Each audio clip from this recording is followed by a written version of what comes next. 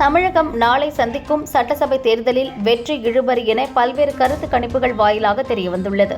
இதனால் அதிமுக, திமுக உள்ளிட்ட முக்கிய கட்சிகள் அதிர்ச்சியும் பீதியும் அடைந்து கடைசி கட்ட முயற்சியில் இறங்கியுள்ளன. தமிழகத்தில் உள்ள 234 சட்டசபை தொகுதிகளுக்கும் ஒரே கட்டமாக நாளை ஓட்டுப்பதிவு நடக்கிறது. மாநிலம் முழுவதும் 75,064 ஓட்டுச்சாவடிகளை தேர்தல் கமிஷன் அமைத்துள்ளது. மொத்தம் 5,73,00,000 வாக்காளர்கள் தங்கள் ஜனநாயக கடமையை நாளை நிறைவேற்ற உள்ளனர். பலமான கூட்டணி இத்தேர்தலில் திமுக, அதிமுக, தவிக, நாம் தமிழர் கட்சி என 4 முனை போட்டி உருவாக்கியுள்ளது. காங்கிரஸ், தேமுதிக, விசிக உள்ளிட்ட 22 கட்சிகளுடன் இணைந்து திமுக மெகா கூட்டணியை அமைத்துள்ளது. பாஜ, பாமக, அமமுக உள்ளிட்ட 12 கட்சிகளை இணைத்து அதிமுகவும் பலமான கூட்டணியை அமைத்துள்ளது. இந்த தேர்தல் களத்தில் 234 தொகுதிகளில் 4023 வேட்பாளர்கள் உள்ளனர். முதல்வர் வேட்பாளர்களான திமுக தலைவர் ஸ்டாலின் சென்னை கொளத்தூர் தொகுதியிலும், அதிமுக பொதுச் செயலர் பழனிசாமி சேலம் இடைப்பாடி தொகுதியிலும் களமிறங்கியுள்ளனர்.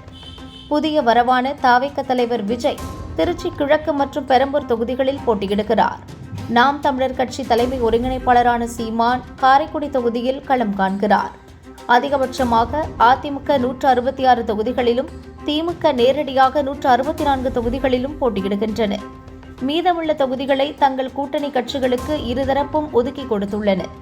இவற்றில் சில கட்சிகளுக்கு சொந்தமாக சின்னம் இல்லை என்பதால் கூட்டணிக்கு தலைமை ஏற்றுள்ள திமுக மற்றும் அதிமுக சின்னத்தில் போட்டியிடுகின்றன. கடந்த மார்ச் 30ஆம் தேதி வேட்புமனு தாக்கல் துவங்கியதும் மாநிலத்தில் தேர்தல் பிரச்சாரம் சூடுபிடித்தது. திமுக, அதிமுக, தவிக, நாதக தலைவர்கள், பாஜ உள்ளிட்ட கூட்டணி கட்சிகளின் தலைவர்கள், முக்கிய நிர்வாகிகள், நட்சத்திர பேச்சாளர்கள் மாநிலம் முழுதும் வலம் வந்து பிரச்சாரத்தில் ஈடுபட்டனர். வாகன பிரச்சாரத்திற்கு மாற்றாக முதல்வர் ஸ்டாலின் பிரச்சார கூட்டங்களில் அதிக அளவில் பங்கேற்றார். ஆளும் கட்சியின் சாதனைகளை பட்டியலிட்டு ஆதரவு திரட்டினார். அதோடு மத்திய பாஜ அரசின் பாரபட்சம் குறித்தும் குற்றம் சாட்டினார். அதற்கு எதிராகவும் ஆளும் கட்சி மீதான குறைகளையும் சுட்டிக்காட்டி பழனிசாமி, விஜய், சீமான் ஆகியோர் பிரச்சாரம் செய்தனர். குறிப்பாக தமிழகத்தில் நிலவும் சட்டம் ஒழுங்கு பிரச்சினைகளை மையப்படுத்தி இவர்களின் பிரச்சாரம் இருந்தது.